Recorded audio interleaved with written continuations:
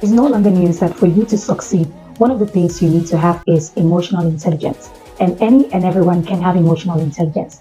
So you ask, and it's our duty to serve you. So, 4 questions that people often ask that shows that they lack emotional intelligence, part 2.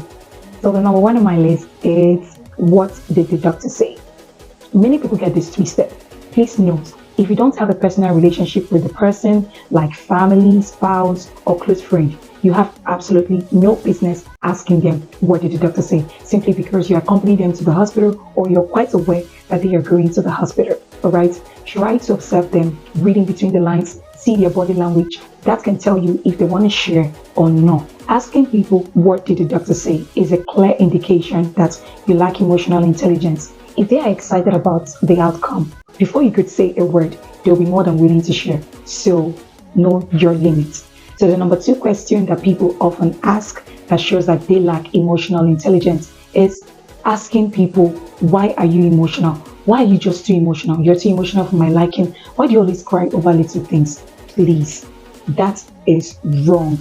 It simply shows that you are insensitive to their feelings and emotions. And if you're the kind of person that meets the pains of people, it is absolutely wrong to do that. And you getting into a position where you tend to compare them with other people or even to yourself by saying something like, if you know me now, I can't try that nonsense. I don't know why you're too emotional. I can't be in your shoes. Like, I don't understand why you're doing that. If you have emotional intelligence, you will understand that not everybody knows how to handle or manage pressure, rejection, disappointment, breakup. The list goes on, like you or probably some other people that you know. So it's very important for you to know that everybody has emotions and people respond to things differently. Anyone that has the capacity to understand pain, the effects, anger, and etc. knows that it is quite complicated for the victims, but there's always a way around it. Like, there's always a way to manage their emotions. So emotional intelligence demands that we put into consideration the emotions of others so as not to increase their pain. Many people lack emotional intelligence. I mean, the social proof is on social network. You see people disrespecting, insulting, abusing, destroying other people at all costs through their comments and reactions on social media. Honestly, that's a clear indication that they lack emotional intelligence. They find every opportunity to judge people and to demean them, especially when it has to do with public figures, public personalities. The truth is, behind the scene are hidden people with hearts and emotions. And if you have emotional intelligence, there are just some kind of comments there are just some comments you can't afford to drop on people's comment section. And also there's also some kind of posts that you will not also post that will also stir up people's reactions as well. So this is just a clear indication that a lot of people lack emotional intelligence. When you have developed emotional intelligence, there are some comments you can't afford to leave on people's comment section or for public consumption, right? So the number 3 sign that shows that you lack emotional intelligence is creating a habit of making other people's problem or situation your fault or yours. It's prevalent. I mean, it's common among people, but mind you, it's not a bad thing. But it becomes a danger in relationship when you attend to the needs of other people, that you tend to lose yourself, you lose your own need, you lose a touch of your own goal, your own desire.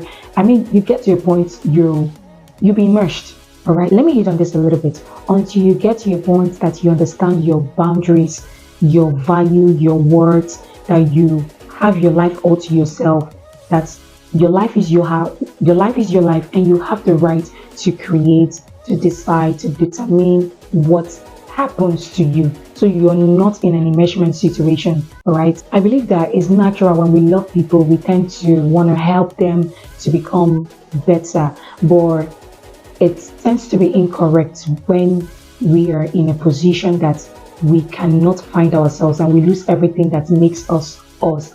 That then again, I think that there is always a way to go around everything. So for you not to be in an enmeshment situation simply because you are taking other people's problem, putting your own self and putting your own need aside, or probably forgetting your own self and concentrating on them.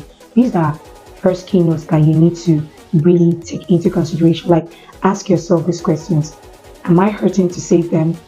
Am I hurting to be with them? Am I doing for them what they should be doing for themselves? So when you answer these questions, you already know what lies ahead. And for me, the distinction there is supporting versus helping. When you love someone, you want to help them, you want to be with them, you just want to make sure that they are better. And that ties you to an outcome. And just imagine the outcome is that if they succeed, some of them might not even remember that you existed. But what if there's a case where the person fails? You are going to be blamed for the failure, and that can actually make you to feel unappreciated, manipulated, or taken advantage of. So for me, I believe that you should always try to support people, not to impose your help on them.